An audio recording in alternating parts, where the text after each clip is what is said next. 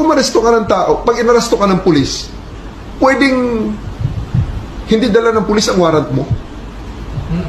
Pwede. Sasabihin lang ng pulis kayo, uy, arestado ka, may warrant ka.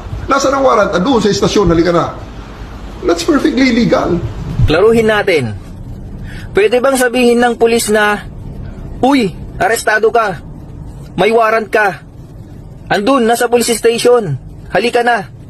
Sa senaryo na yan, hindi hawak ng pulis yung warrant, okay? Focus lang tayo sa statement na yan.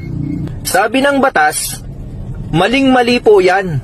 Hindi pwedeng dalhin basta-basta yung tao kahit totoong may warrant siya. May tinatawag tayong legal manner of execution. Ibig sabihin, may proseso yan. Number 1, dapat sabihin mo sa kanya na may warrant siya. Number 2, dapat sabihin mo sa kanya kung anong nilalaman ng warrant niya, kung anong ikinaso sa kanya. Number 3, dapat sabihin mo sa kanya yung mga karapatan niya. Right to remain silent at right to counsel. Lahat tayo ay may right to be presumed innocent until proven guilty.